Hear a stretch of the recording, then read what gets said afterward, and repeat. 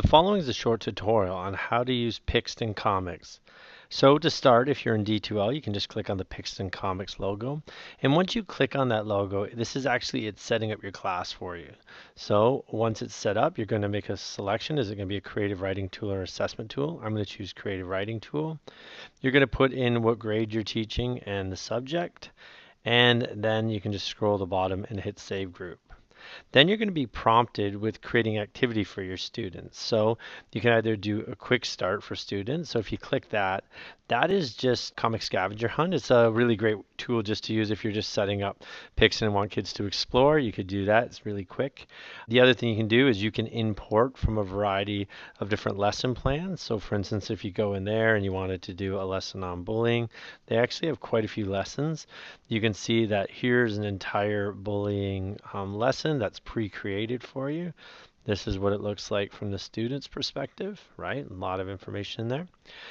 And the third option it gives you is that you can create a lesson from scratch. I'm just going to show you what this looks like. So if I go create from scratch, it says make a comic. So you could say, like, I'm just going to make up anything, best day of my life. Then you can put the instructions in here. But here's the big button to look out for. When you're creating a lesson or editing a lesson, hit Show Advanced Options. Because when you hit Show Advanced Options, it's going to give you a lot more instruction. So you got an extra instruction box here, but watch if I just keep scrolling down what I have access to. So see Parameters. In parameters, you can set that students have to have at least 3 panels. They have to have at least 2 characters. How many words, you could set that. You can also control how much time they're spending on. The basic one gives them limited features so they don't spend too much time adjusting characters and editing characters. Advanced gives them all the advanced options so they could do go a lot deeper, or you could let them choose. So I'm going to choose advanced from this. Most of the time we use advanced. You can also focus the activities. So if you don't want them to spend time designing characters or posing characters, you can just take those off. The other thing is it's got a lot of really nice layouts. So you can choose what you want to offer them. So for this one, I'm going to say they can choose between, let's say, a graphic organizer or a character map. So I'm going to take these off. So now this is the choice they'll be given. I can scroll down. I can bring in backgrounds if I want. So say I wanted to bring in a school environment. If I was doing a cyberbullying one, I could do that. You can come in here and build full rubrics. So if you hit select, you can just build this rubric out. It's really easy and self-explanatory to do. Or you can click on grade out of 5 stars, whatever you like. And attach a comic is just the ability for you to select a comic to use as an exemplar. Now, when you're ready to hand out this comic, all you have to do is hit Save and Assign to Group. So I'm going to click that. And now this activity is signed in there.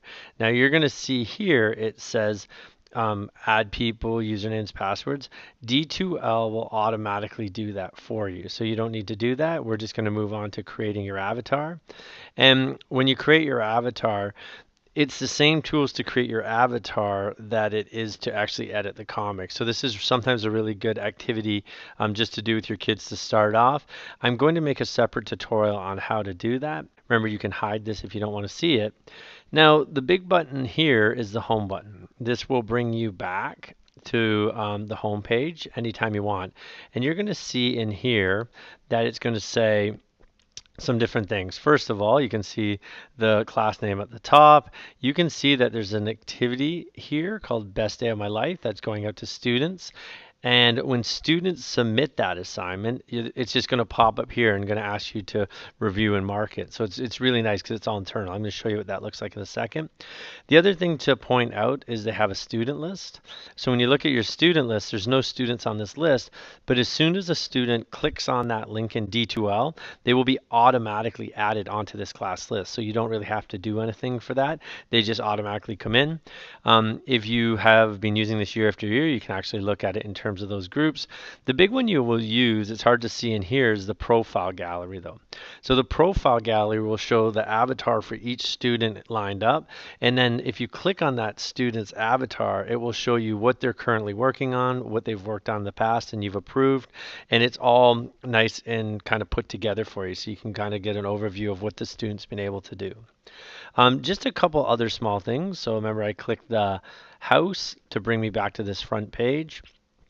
Inside of here, there's some different options. In this one, you can just, if you click that, you can just make a cartoon for fun. It's not attached to any assignments. You can do that with characters in your avatar. Also, you can arrange to organize your people within this one and put them in groups.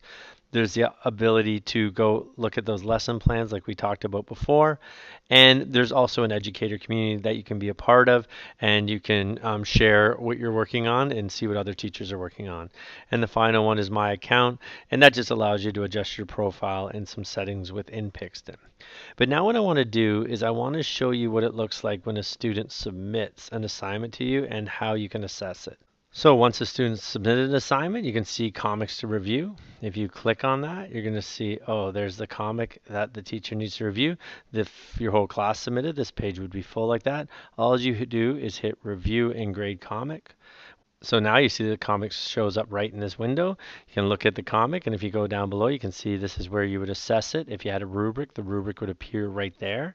You can also see here that you can send it back to the student with feedback to work on it again, or you could approve it, which will publish it and allow other students to actually see it, which is kind of neat.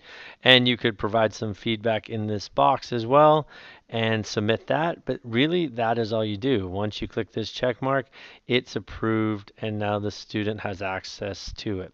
If you want to go to your next student, you just go next in comics to review, and you can go through your students like that.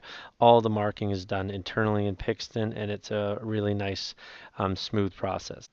The final thing I wanted to show you was actually the thing I found most confusing to me was if you've already created a lesson, how do you create another lesson? So this is how I figured out you would do it.